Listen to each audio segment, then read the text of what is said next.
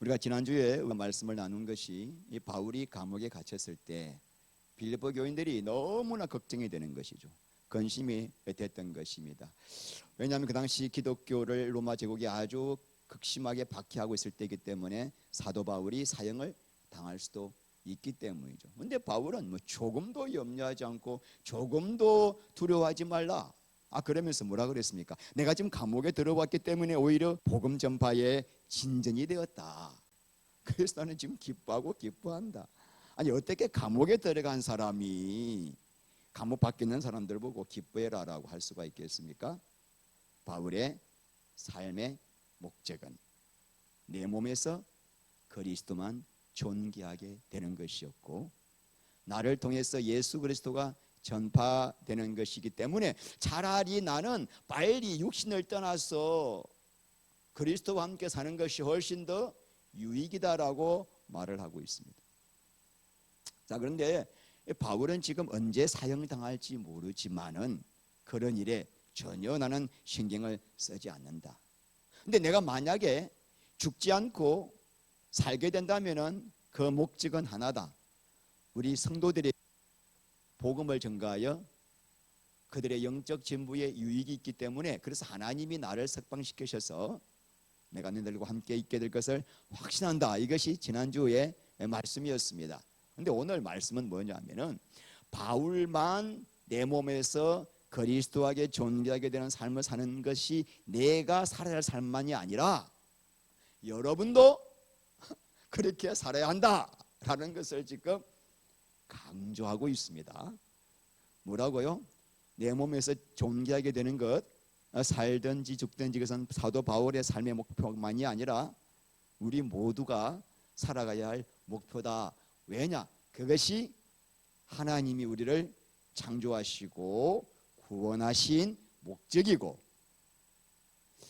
이 목적을 이루어 갈 때, 내 목적 내려놓고 이 목적을 이루어 갈 때 하늘의 천국의 기쁨을 누리게 되고 내가 가장 복된 자가 되는 거예요. 이것을 다른 말로 뭐라 그러죠? 영생이에요.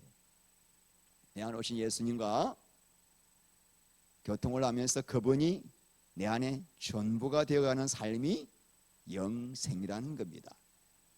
이 목적을 위해서 우리를 창조하셨습니다. 자, 우리 말씀 하나 읽겠습니다. 오늘 본문 시작. 오직 너희는, 오직이란 말은 모논인데 헬라어로 다른 길이 없다. 살아갈 인생의 목적, 다른 목적이 없다. 다른 길이 없다. 오직이란 말이 이게 굉장히 무섭잖아요. 그래서 이게 생활하다가 폴리투오마이라고 헬라어로 뜻이 뭔가요? 시민답게 살아라, 이 뜻이에요. 이게 무슨 말이냐면은 이 지금 빌립보 성도들에게 보내는 편지죠. 근데 빌립보라고 하는 도시가 BC 167년도에 로마의 속국이 되었습니다. 식민지가 되었습니다.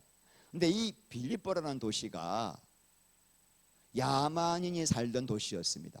그래서 로마 제국이 이 빌립보라고 하는 도시를 아무리 통치를 하려고 해도 통치가 안 되는 거예요. 그래서 아이디어를 낸 것이 뭐냐면은 태역 장교들과 군인들을 빌립보에 거주하게 하면서 조건으로 뭘 주느냐면은 너네들에게 내가 로마 시민권을 주겠다. 여러분, 로마 시민권 이거 대단한 겁니다. 오늘날 미국 시민권과도 비교가 안 됩니다. 미국 시민권만 돼도 여러분 대단하잖아요. 대한민국 국민들이 북한에 잡혀 있어도 소식도 모르지만은 한국인일지라도 미국 시민권을 가지면은 클린턴이 가가지고라도 데리고 왔잖아요. 이게 미국 시민권이에요. 자, 그런데 로마 시민권은 그건 비교할 수 없는 어마어마한 특권이란 말입니다. 자, 그래서 이 태역 장교들에게 너네들 빌립보 가서 살아라. 이 말은 뭡니까? 너네들 거기 그 야만인이 사는 도시에 가가지고 로마 시민답게 품위 있게 살아라, 이 말이죠. 로마의 문화, 정치, 철학, 이 아름다운 유산을, 정신을 널리 퍼뜨리며 살아라, 이거예요. 그러므로 이 바울이 빌립보 교인들에게 너네들 그리스도의 복음에 합당하게 플리투오마이하라 이 말을 했을 때 시민답게 살아란 말이 확 와닿는 거죠. 아, 맞아. 우리가 빌립보 시민인데 그렇지만 우리가 로마의 시민권을 가진 자처럼 아주 품위 있게 사는 것처럼, 맞아, 우리는 천국 시민이지. 아, 사도 바울이 말한 뜻이 확 와닿는 거죠. 너네들은 이제 복음에 합당하게 살아라 이 말은 천국 시민답게 살아야 한다 이 말이에요. 여러분은 천국 시민 맞습니까? 여러분은 소속과 국적이 목적이 완전히 바뀐 자임을 믿습니까?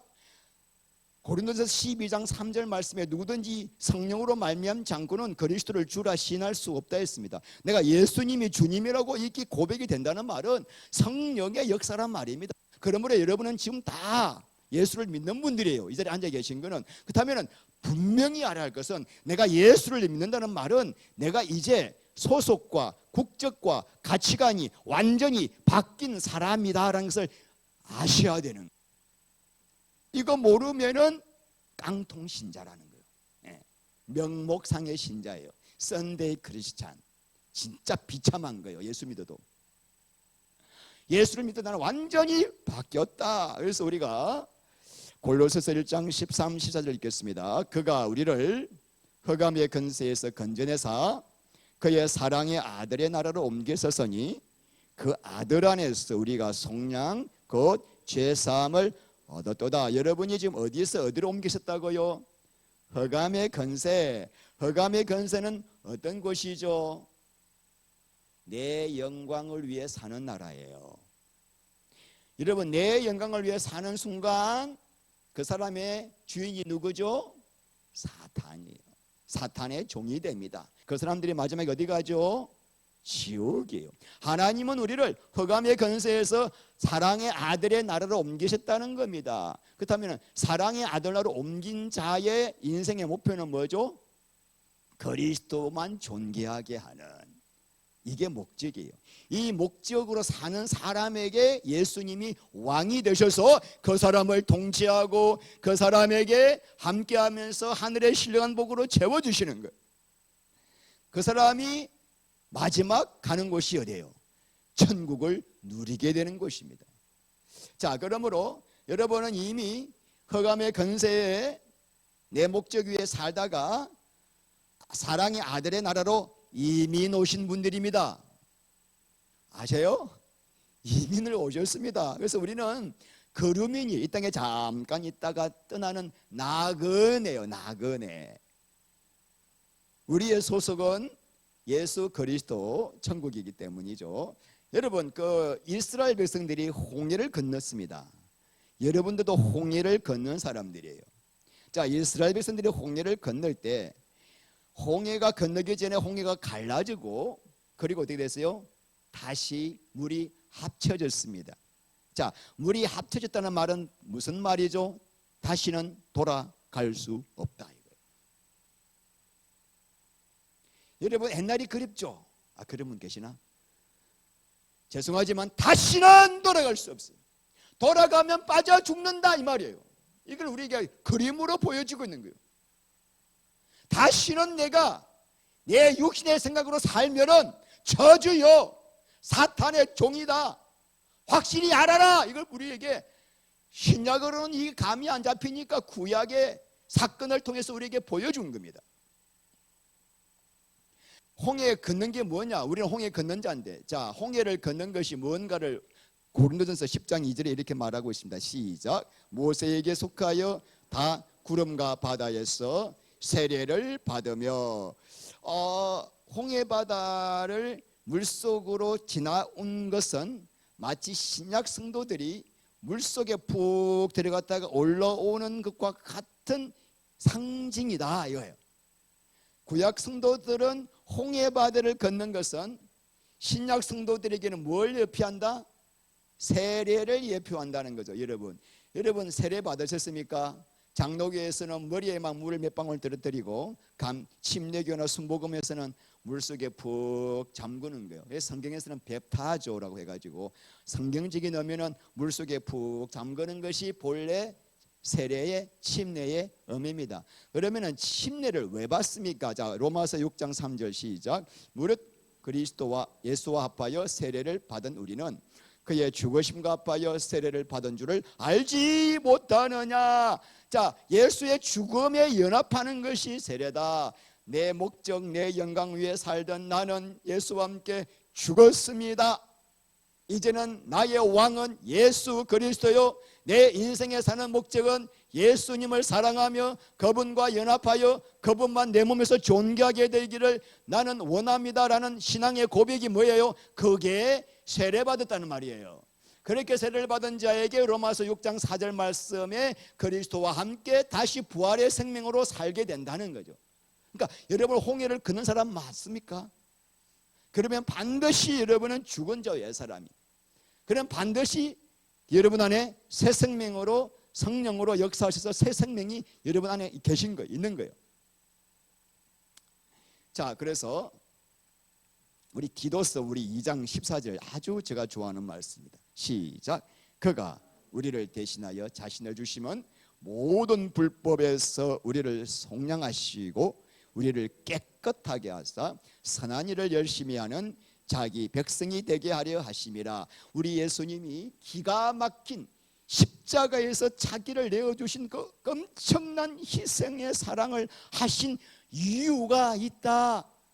그냥 예수 믿고 천국 가게 하기 위함이 아니라 우리를 모든 불법에서 속량, 우리 죄값을 예수님이 빚값으로 갚아주시고 우리를 사탄의 손에서 건져내시고, 그래서 우리를 보혈로 깨끗하게 만드신 이유는 뭐냐? 우리로 하여금 무슨 일을 하는? 선한 일을 하는 당신의 친백성이 되게 하려 하심이라. 선한 일을 하니까 또 세상에서 도덕적인 착한 일이 아닙니다. 선한 일이란 그리스도만 존귀하게 되는, 그리스도만 존귀하게 되면 내가 어떻게 돼요? 내 심령이 주님을 닮아가요. 내가 변화돼요. 그래서 나의 변화된 삶을 통하여 예수가 증거되는 것, 여러분 오늘 심령판에 새기시기 바랍니다. 자, 선한 일이란 첫 번째 시작. 내 삶 속에 예수만 존귀하게 돼. 그러면 내가 바뀌어요. 왜 안 바뀌죠? 이 목적을 잃어버리니까. 그래서 내 삶을 통해서 여러분들이 직장에서, 사업장에서, 여러분 삶의 처소에서 어떻게 돼요?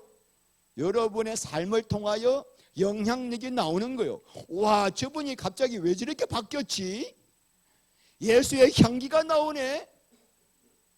도저히 저 사람 저 상황에서는 막 분노할 수밖에 없는 상황인데 성을 내지 않고 온유한 마음으로 사람을 용서하고 용납하네. 왜 그래요? 선한 일을 하고 있기 때문에. 우리를 구원한 목적은 오직 하나요. 당신의 선한 일을 하는 친백성이 되게 하기 위한, 이렇게 사는 것이 뭐라고요? 시작. 그리스도의 복음에 합당하게 사는 거예요. 여러분, 제가 이 말씀을 딱 보는 순간에 너희는 그리스도의 복음에 합당하게 생활하라 할 때 훅 왔어요. 갑자기.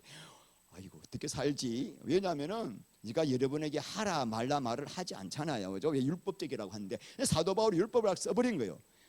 이렇게 살아라. 그러면 이제 우리가 이걸 내가 막 살려고 애쓰고 노력하면 안 되는 거예요, 여러분. 그럼 이게 무거운 짐이 돼. 오늘부터 내가 이렇게 또 살려고 내가 애를 쓰고 내가 막 노력을 하는 순간에 이게 나에게, 우리 예수님은 수고하고 무거운 짐진 자들아 다 내게로 오라. 이 말은 뭐죠? 내 멍에는 쉽고 내 짐은 가볍다. 절대로 이 합당하게 사는 것이 무거운 짐이 아니라고 하셨기 때문에 절대로 우리에게 짐이 되면 안 됩니다. 그럼 어떻게 해야 우리가 이런 삶을 살 수가 있죠? 생명의 복음을 들을 때 성령께서 우리 눈을 열어 예수의 아름다움과 영광을 보게 하십니다. 여러분, 요한복음 15장 26절 말씀에 성령께서 이 땅에 오시면은 그분은 나에 대하여 뭐한다? 증거하는 거예요. 그러니까 우리 안에 계신 성령님은 계속 우리 안에서 말씀을 드릴 때 여러분의 심령 속에 눈을 열어서 예수님의 아름다움을 보게 하셔서 그분과의 사랑 안으로 빠지지 않으면 안 되도록 만드시는 거예요. 그래서 그리스도만 존귀하게 된다는 것이 이게 무슨 율법이 돼가지고 하는 게 아니라 사랑하는 대상을 보니까 사랑에 빠지니까 그분이 존귀하게 되는 거예요. 잘 이해를 하시기를 바랍니다. 그래서 이 복음에 합당하게 사는 삶을 억지로 마지못해 율법적으로 사는 것이 아니라 너무나 기쁨으로 이 길을 걸어갈 수가 있다. 이것이 에레미야 32장에 나와 있습니다. 시작. 내가 그들에게 복을 주기 위하여 그들을 떠나지 아니하리라 하는 영원한 언약을 그들에게 세우고 나의 경외함을 그들의 마음에 두어 나를 떠나지 않게 할 것이다. 이거 제가 딱 1년 전에 이 말씀을 여러분에게 전했는데 기억나시죠? 자, 근데 이 개역 개정판은 이 말씀이 별로 잘 이렇게 선명하게 안 들어와요. 그래서 제가 NLT 영어 성경을 번역을 해봤습니다. 이렇게 이게 훨씬 좋을 겁니다. 자, 시작. 자, 하나님이 우리에게 이 영원한 언약은 에레미야 31장 31절 이하의 새 언약입니다. 자, 새 언약이란 신약이란 뭐냐면은 내가 너희들을 위하여 뭐 하는 거요? 선을 베푸는 일을 결코 거치지 않으신대요. 그러니까 지금도 여러분 하나님께서 성령께서 여러분에게 뭘 베푸세요? 선을 베푸시군. 그러니까 선이란 뭐죠? 그들이 나를 예배하는 갈망을 그들의 마음에 계속 부어주는 거예요. 자, 예배란 이것도 예배지만 예배란 영과 진리 속에 예수와 사랑으로 연합하여 그분과 함께 교통하는 것이 예배예요. 그런 예배를 하고 싶어하는 주님과 사랑하고 싶도록 계속 우리 마음속에 갈망을 주어서 예수님과 함께 계속 사랑을 하다 보니까 그분이 나에게 하늘의 영광을 주시고 기쁨을 주시고 나를 변화시키니까 어떻게 해요? 여러분 중독성이에요. 중독성. 예수님도 중독성이에요. 예? 니코틴 중독 때문에 못 끊죠. 예? 점점 많이 피우고 싶어요. 우리 예수님도 중독성이 있어요. 그래서 한번 이렇게 주님의 사랑을 맛보게 해가지고 못을 반다면은 마귀가 자꾸 다른 걸 유혹해도 이 기쁨이 더 크니까 유혹이 돼요, 안 돼요? 안 되죠. 그래서 계속적으로 그들의 마음에 주어서 아이고 떠나가려면 떠나가봐 이거예요. 결코 나를 떠나지 않게 할 거야. 이 그리스도의 아름다운 영광에 취한 맛을 본 사람들은 절대로 내가 너를 떠나지 않게 할 거야. 너무나 아름다운 예수님의 그 아름다움 때문에 이게 뭐예요? 이게 신약이에요. 그러니까 여러분 오늘 복음에 합당하게 생활하라. 이것이 여러분에게 율법이 되면 안 되는 거예요. 이게 우리 안에 이런 갈망을 주셔서 나로 하여금 이 신약의 본질 그리스도와 연합이 너무나 아름다운 영광이요 기쁨이라는 것을 맛보게 하심으로 그 맛을 계속 보게 하심으로 이 길을 떠날 수 없도록 만드시겠다. 아멘. 그러니까 그리스도의 복음에 합당하게 산다는 것은 율법이요 명령이 아니라 너무나 기쁨으로 그렇게 살 수밖에 없는 영광스러운 삶이다. 이런 바울은 오늘 그리스도의 복음에 합당한 생활을 하기 위하여 우리에게 두 가지를 권면하고 있습니다. 자, 27절 시작. 이는 내가 너희에게 가보나 떠나 있으나 너희가 한 마음으로 서서 한 뜻으로 복음의 신앙을 위하여 협력하는 것과 무슨 일이든지 대적하는 자들을 때문에 두려워하지 아니하는 이 일을 듣고자 함이라. 자, 첫 번째 뭐죠? 성도들이 신앙을 위하여 협력하는 거예요. 두 번째는 뭐죠? 대적자들을 두려워하지 않는 거예요. 이 두 가지를 잘 하고 하는가 하지 않는가, 내가 가보나 떠나 있으나 이 두 가지를 잘 하는가 안 하는가, 이거를 내가 듣고 싶다, 잘 하기를 원한다라고 하는 것입니다. 그래서 첫 번째는 뭐죠? 성도들이 신앙을 위하여 협력하기를 내가 원한다 이 말입니다. 그런데 제가 이 문장 하나 가지고 일주일 내내 끙끙 앓았어요. 문장이 너무 어려운 문장이에요. 이게 솔직히 이게 너희가 한 마음으로, 이게 한 마음이 푸뉴마입니다. 영이에요. 서서 스테코, 굳게 서서 한 뜻, 이게 뭐냐면은 푸시케요. 또 혼이에요. 그리고 협력하는 것, 협력이 뭐냐면 시나들레오, 함께 싸우다. 그러니까 굉장히 너무나 많은 깊은 의미가 포함되어 있어 가지고 그놈을 분석하고 해석하다가 머리가 빵꾸가 났어요. 제가 너무, 그래서 쉽게 한마디로 그냥 간단하게 시작. 우리 복잡한 거 싫잖아요. 성도가 사랑으로 하나 되다. 이것이 너무나 중요해 가지고 서서란 말이 스테코, 뭐요? 스탠드 펌, 굳게 서라. 이게 너무나 중요하다. 성령 안에서 뭐예요? 사랑으로 하나가 되어야 한다. 여러분, 나 혼자 예수 잘 믿고, 나 혼자 집에서 예수님 깊이 사랑하고, 나 혼자 주님과 동행하는 삶은 살면 됐지. 왜 우리를 교회로 부르셨을까? 왜요? 나 혼자서는 구원의 완성이 되지 않기 때문이에요. 안 그래요? 여러분 혼자서 다 할 수 있잖아요. 집에서 할 수 있잖아요. 그런데 교회로 부르신 것은 교회 아니고서는 구원이 완성될 수 없기 때문에 제가 에베소 강의할 때 아주 자세하게 말씀을 드렸습니다. 나하고 달라도 너무나 다른 사람들을 교회로 불러서 우리 예수님께서 뭐라 그러시냐면은 너 저 사람들을 내 몸처럼 사랑하라는 거예요. 요한복음 13장 34절 내가 너희에게 새 계명을 주노니 너희는 서로 사랑하라. 내가 너희를 사랑한 같이 너희도 서로 사랑하라. 너희가 서로 사랑하면 이로써 모든 사람들이 너희가 내 제자인 줄 알리라. 여러분, 지금 우리가 가정에서는 다 혈연 관계이기 때문에 좀 미우나 고우나 그래도 사랑하면서 버틸 수가 있어요. 어디 떠나갈 수도 없고. 그런데 이 교회에서는 피 한 방울 섞이지 않았어. 나하고 달라도 너무 달라. 근데 내 의견과 내 의사에 관계없이 그냥 모인 사람들이요. 그러니까 이런 모인 사람들 보고 우리 예수님이 뭐라고요? 내 몸처럼 사랑하라. 이게 되냐고요. 이게 안 되는 일을 우리 예수님이 시키면서 구약에는 10계명이 있었어.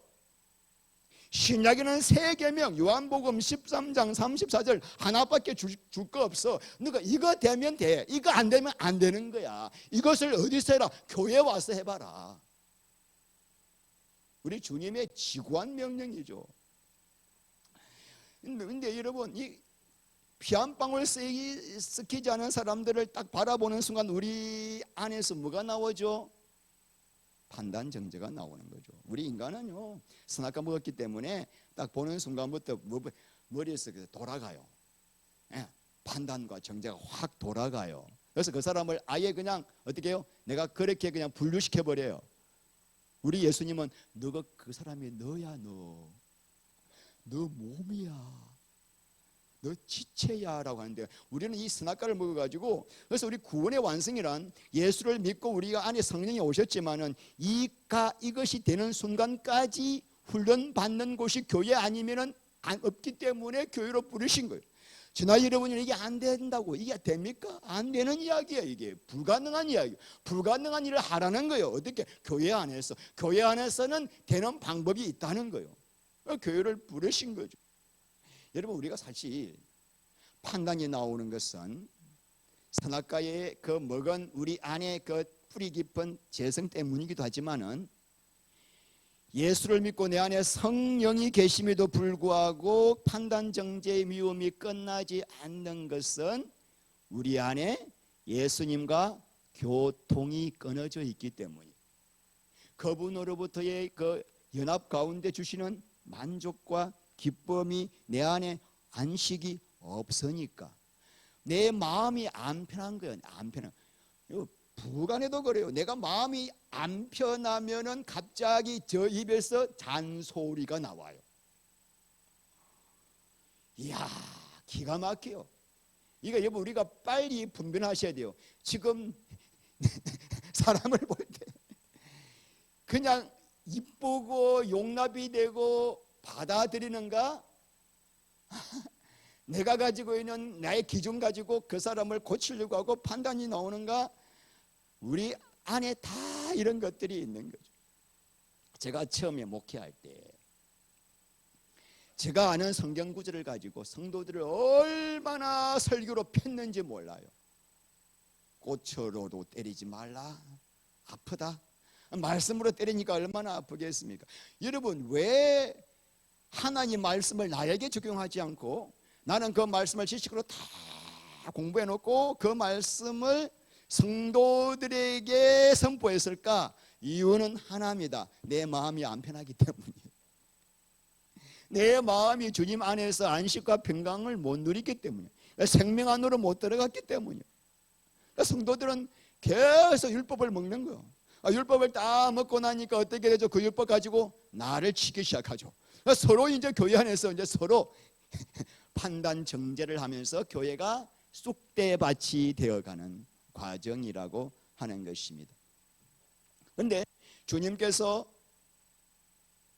이 본질 연합 안으로 들어가고 그분이 나에게 넉넉한 은혜를 주시면은 어떤 사람도 내가 받아들여져요. 이게 마음에 이 공간이 생긴 거죠. 스페이스가 생긴 거죠. 주님으로 말미암아. 그래서 여러분 이거는 내 힘으로 되는 게 아니에요. 이 세상에서는 사람을 받아주어라, 용납하라, 용서하라 율법을 때리지만은 복음은 그게 아니에요. 우리는 그래봤자 한 번은 돼, 두 번은 돼, 세 번째는 폭발나. 사람 죽여요. 우리가 내 힘으로 받으려고 하면은 받을 생각하지 마세요. 문제는 뭐죠? 이 복음의 본질이에요. 그리스도와의 연합 속에서 내가 참 안식, 삼위일체 하나님께서 누리셨던 그 안식을 내가 누리면은 넉넉해져서 그냥 율법의 요구가 이루어지는 거예요. 할렐루야. 이게 신약입니다. 여러분들이 내 힘으로 하려고 하는 순간부터 우리는 이제부터 패배와 좌절과 절망을 겪을 거예요. 다 겪어보셨잖아요. 이제 그만합시다. 그거 안 되는 거예요. 안 돼. 저도 못해요. 못해왔고 이때까지. 하나님께서 또 이 복음의 말씀을 들으면 계속 빛을 비추시니까 성령의 빛을 받으면 율법의 빛을 받으면 남의 죄가 크게 보이고 남의 허물이 보이는데 성령의 빛을 받으면 내 허물이 크게 보여요. 그래서 내 눈에 티가 들보같이 크게 보여요. 그래서 어떻게 해요? 누구도 정죄 판단이 끊어지는 거예요. 그때 교회가 어떻게 돼요? 천국이 되는 거예요. 하나님께서 이 놀라운 축복을 누리게 하시려고 교회로 부르시는 거예요. 그러므로 지금 우리가 교회 생활하면서 지금 내가 판단과 정죄가 올라오면 내가 지금 그리스도 밖에서 율법으로 살고 있구나. 판단과 정죄가 끊어지고 다 왜 이렇게 이쁘게 보여? 지금 내가 뭐하고 있다? 예수님 안에서 생명을 누리고 있구나. 계속 내 상황을 점검할 수가 있는 것입니다. 교회 안에서 은혜가 부어지면은 그때부터 우리의 머리가, 교회의 머리가 예수님이 되시고 예수님이 모든 성도들 속에 무엇을 주세요? 생명수를 계속 공급해가지고 우리의 구원이 어디서 이루어져요? 교회 안에서 이루어지는 거예요. 이렇게 교회가 한 마음이 돼요. 아까 한 마음이 뭐래요?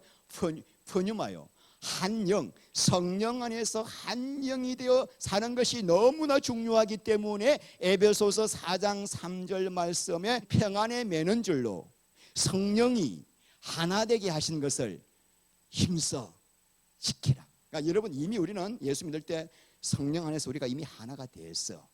그런데도 힘써 이걸 내가 안 지키면 안 돼. 왜? 마귀가 교회를 무너뜨리는 방법은 너무나 간단해요. 서로 이간, 서로 판단, 분리, 깨어지게 하면 되거든요. 관계 깨어지면은 그 가운데 이 지금 팔이 손가락이 하나가 떨어져 나가 버렸어. 깨어지게 돼서 병신이에요. 그럼 이 손가락에는 뭐가 못 들어가요? 생명이 못 들어가요. 교회가 하나님이 역사를 막는 방법은 사탄은 한 가지밖에 없어요. 뭐 성도 수를 줄이거나 뭐 예배당 뭐 재정을, 이게 아니고 성도 간에 어떻게 하나 되지 못하게 만들어요. 그래서 판단해, 정죄해, 네가 잘났어, 이렇게 이거 뭐 간단하거든요. 내 영이 죽고 사는 문제가 지금 교회의 하나됨에 달려 있기 때문에 한 영으로 스탠드 펌, 스테코, 굳게 서야 돼요. 왜냐하면 내 영이 죽어버리기 때문에, 교회가 하나 되지 못하면 내 영이 죽어버리기 때문에, 평안에 매는 줄로 성령이 교회가 하나 되게 하신 것을 힘써 지키라. 평안에 매는 줄은 뭐냐면 이때 평안이 내 안에 오는 거예요.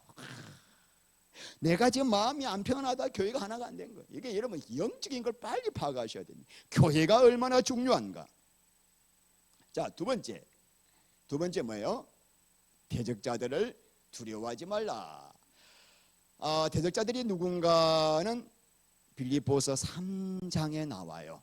3장에 보면은 율법주의자들입니다. 사도 바울이 가는 데마다 찾아가가지고 사도 바울을 방해하고 복음 전하지 못하게 만드는 이 사람들에 대해서는 제가 그때 가서 율법주의에 대해서는 자세하게 말씀을 드리겠습니다. 근데 오늘날에는 바울 때처럼 예수 믿는다고 핍박하거나 뭐 박해하는 사람은 없지만 아주 교묘하게 우리를 복음을 방해하고 유혹하고 진리의 길을 가지 못하도록 계속 우리를 회방하는 존재가 있습니다. 여러분 세상에 나가가지고요, 여러분 친구분들한테 내가 사는 목적은 살든지 죽든지 내 몸에서 그리스도가 존귀하게 되는 거다라고 말하면요, 돌았다 그래요. 심지어 목회자들 모임에 가가지고도 내가 사는 목적은 예수가 존귀하게 되는 거라고 그러면 웃어. 교회가 부흥하는 게 목적이지. 그러니까 지금 사탄이 교회를 왜 핍박하지 않는가 하면은 그리스도가 존귀하게 되는 걸 목적으로 삼는 교회가 별로 없기 때문에. 그러니까 자기 부인 없어도 인생 목적, 내 인생 목적 버리지 않아도 얼마든지 복받고 구원받고 천국 간다라고 말하는 교회, 그런 교회에서 수만 명이 모여서 예배를 드리고 오케스트라 수백 명의 찬양대가 모여서 화려하게 웅장하게 예배드려도 사탄은 절대로 두려워하지 않습니다. 종교니까. 우리가 정말 이제부터 내가 내 몸에서 예수만 존귀하게 되겠다고 그렇게 정말 제대로 믿고 생활을 하려고 하면은 그때부터 여러분 사탄이 분명히 방해할 겁니다. 가장 가까운 친척부터. 그래서 여러분 그때 우리가 해야 할 일이 뭐냐, 이런 핍박이 올 때 오늘 28절, 그들 때문에 뭐하지 말라? 두려워하지 말라. 그들과 피 터지게 싸울 필요가 있다 없다? 폭력으로 싸우고 뭐 대모하고 싸울 필요가 없어요. 그들을 이기는 방법은 두려워하지 않고 육신을 죽이되 영혼을 죽이지 못하는 그들을 두려워하지 말고 영과 육신을 지옥에 넣는 하나님을 두려워하라. 하나님을 끝까지 신뢰하는 것이 그들을 이기는 것입니다.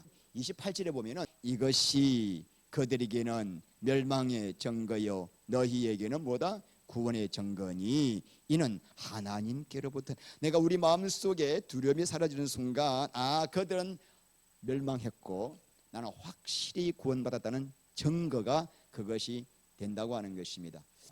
자, 이런 복음에 합당한 삶을 살기 위해서 우리가 반드시 알아야 할 것은 여러분 고난은 필수 과목이다. 자, 읽겠습니다. 29절 시작. 그리스도를 위하여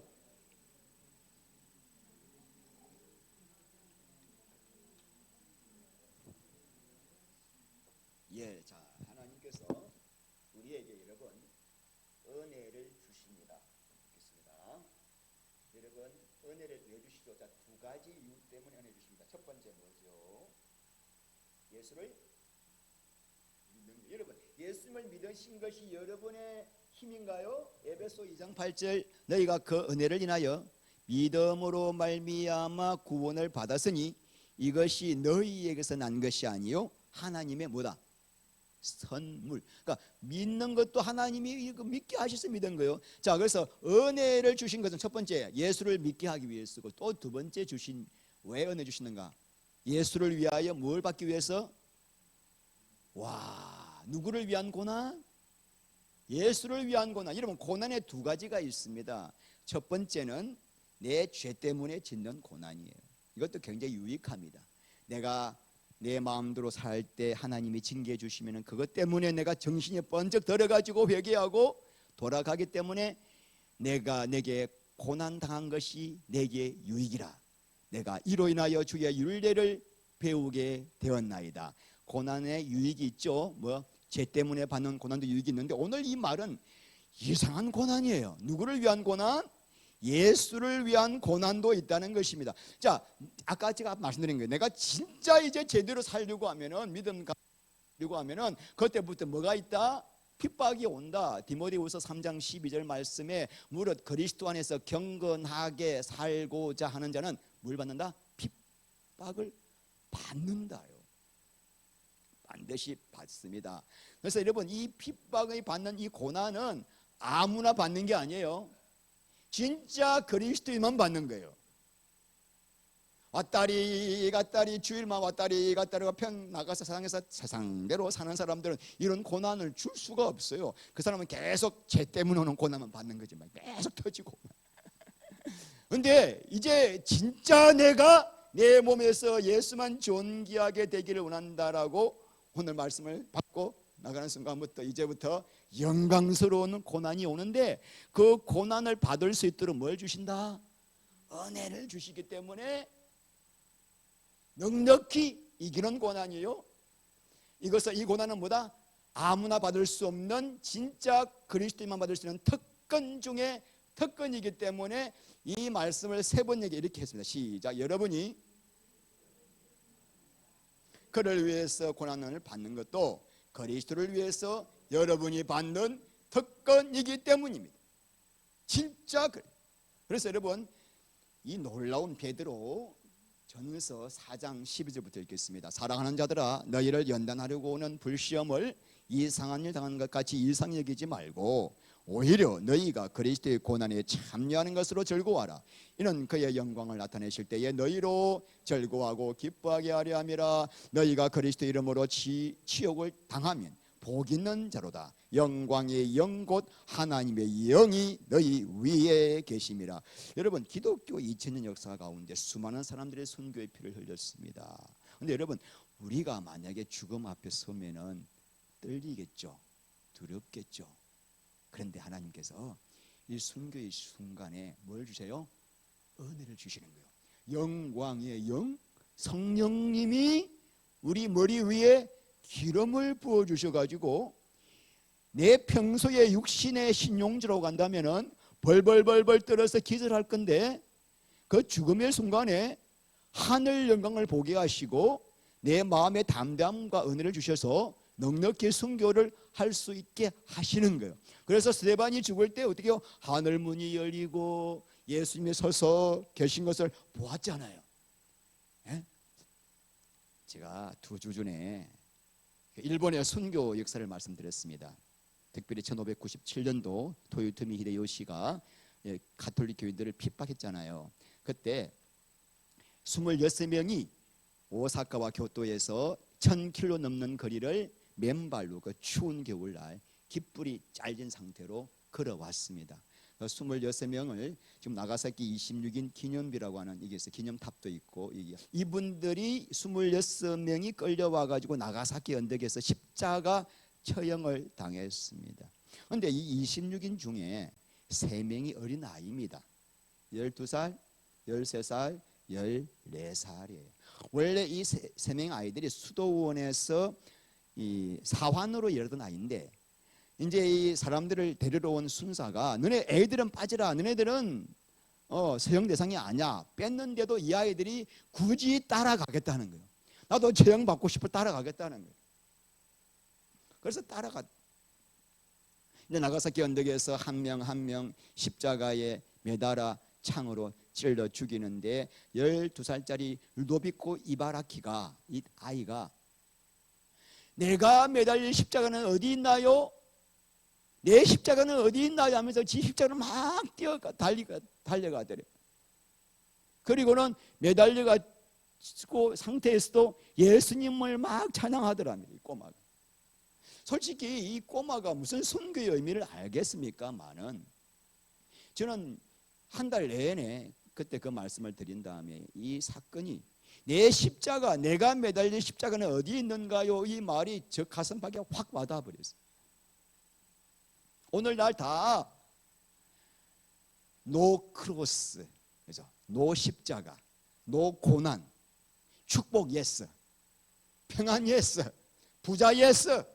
이게 기독교 아닙니까 오늘날?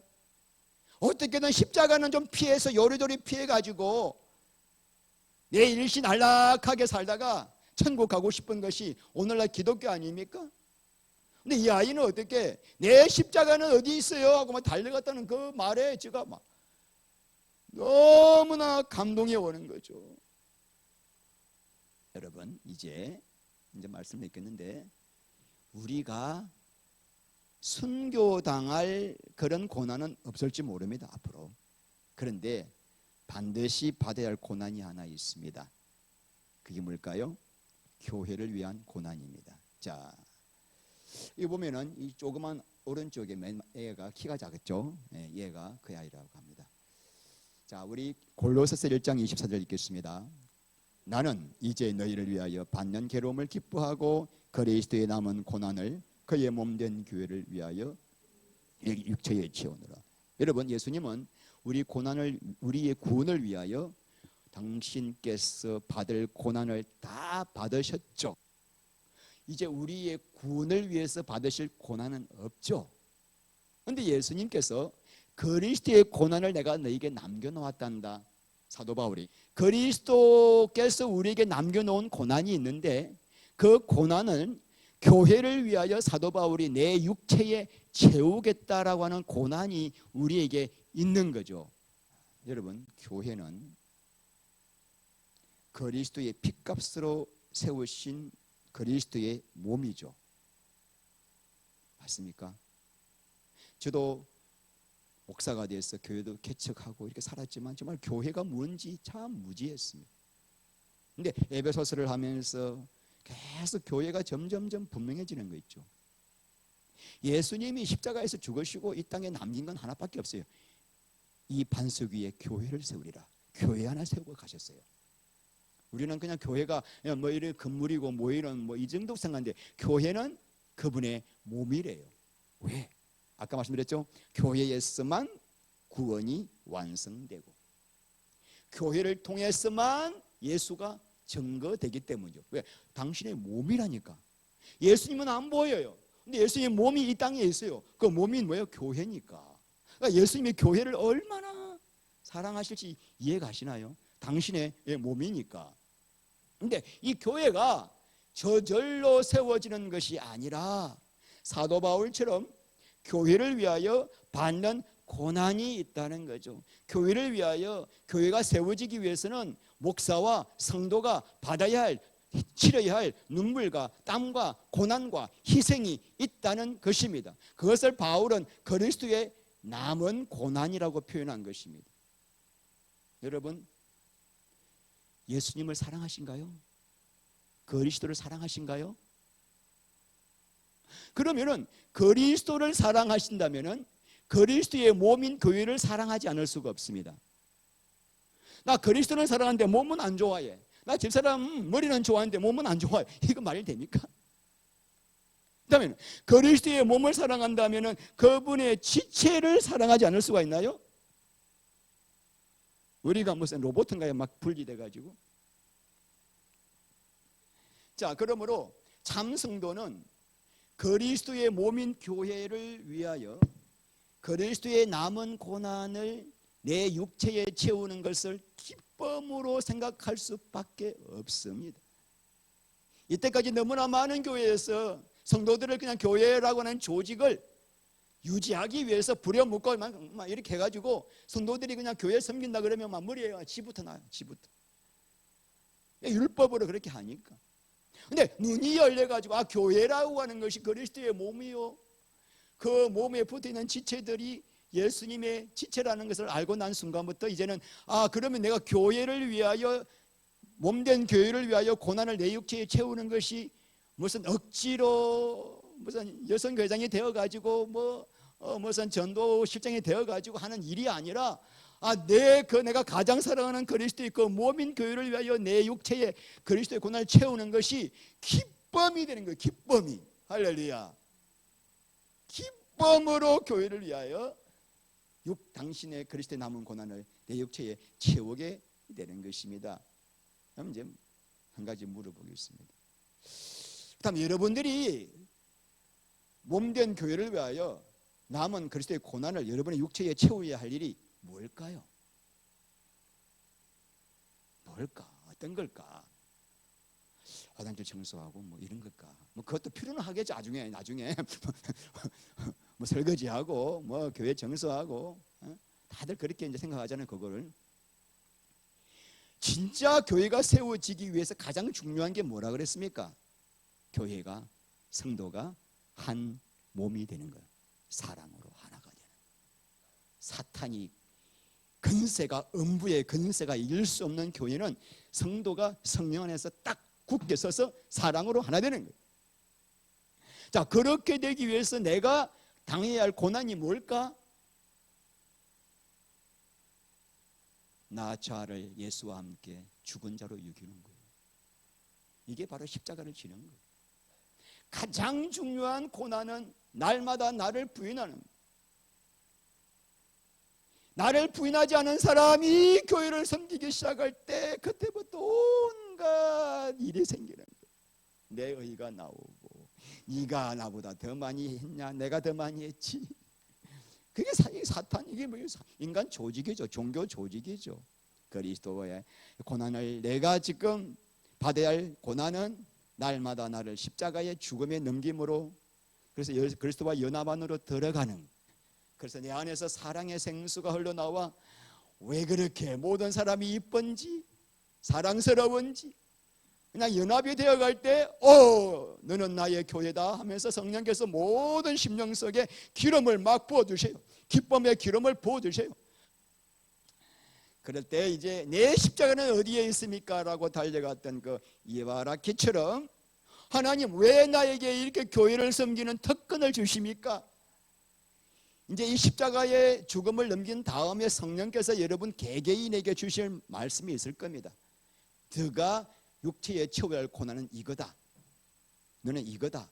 그 얼마나 기쁨을 하겠습니까? 할렐루야. 이게 생명의 성령의 법이요. 이때 교회가 든든하게 세워지는 것입니다. 자, 복음에 합당하게 생활하라. 첫 번째 시작. 내 삶의 목적이 바뀌었는가? 교회가 사랑으로 하나 되었는가? 대적자들을 두려워하지 않는가? 교회를 위하여 고난을 육체에 채우는가?